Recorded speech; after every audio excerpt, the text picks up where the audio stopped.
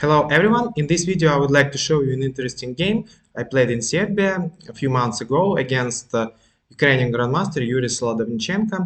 And in the position of the diagram, black has a serious advantage. My opponent played better than me all the game, and queen h1 is black's threat. To prevent this threat, I played bishop to g2, and now my bishop is staying better than on h3 because it protects the king, and also in the future it can be useful in case of white's attack. For example, if big light square diagonal will be open. In this position, computer suggestion is to play king to b6, avoiding potential threats, but my opponent decided to play bishop d1, queen is under attack. I played queen to e1, but knight d4 was also an interesting opportunity for white. After e d4, e5, black's king is under attack. King c7, e d6, king b6, queen f2, bishop a4, rook h7. Very complicated position. Black still has some advantage, but now it became very tricky. I played queen to e1, and here you can calculate knight d1 if you want to practice your tactical vision. Bishop b3 was stronger for black. Queen c1, rook takes c1, bishop to f3, a4. I'm gonna show you computer line.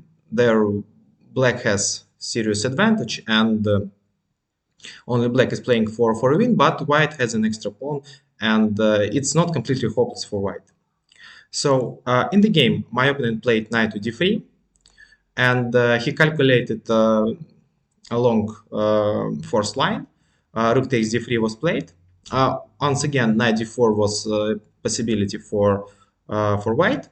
Queen e4. Of course, this move should be played because in case of immediate queen h6, rook d1, queen e4, king h1 captured here.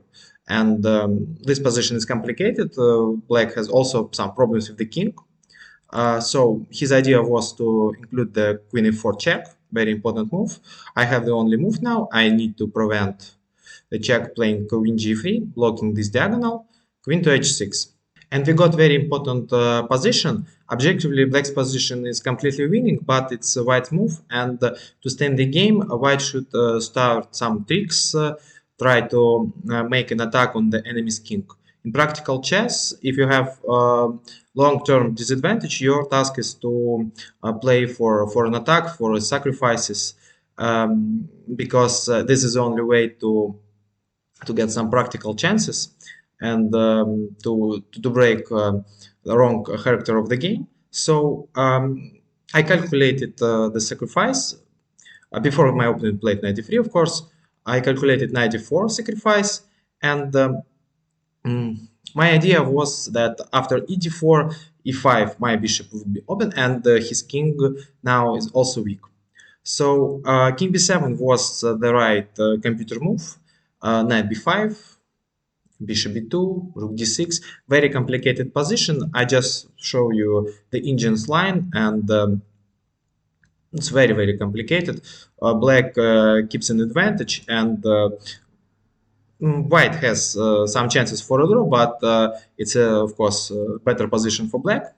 In the game, he played e takes d4, logical human move. If your opponent gave a check to you, you can take the piece. So it's very, very easy to explain why my opponent took the knight. So also in this moment, I decided to give the check because for all the game, my bishop on g2 was quite passive, and I wanted to open this finally. So I played d5, but rook d4 was suddenly completely winning for white.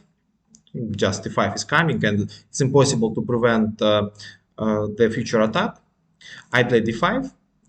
He played king to c7, king b6 was possible. My idea was to play rook d1, and let's say after rook d1, queen b3,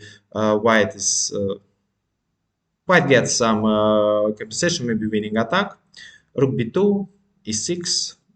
All these lines should end in the draw by perpetual, yeah, because my pieces have now big activity, yeah, and his king is exposed. So king c5, rook d1, rook d1, queen e3. Once again, it ends in perpetual check. In the game, opponent played king to c7, e takes d6, king d8, and rook d4 was played. In the following position, white has a great compensation for the rook.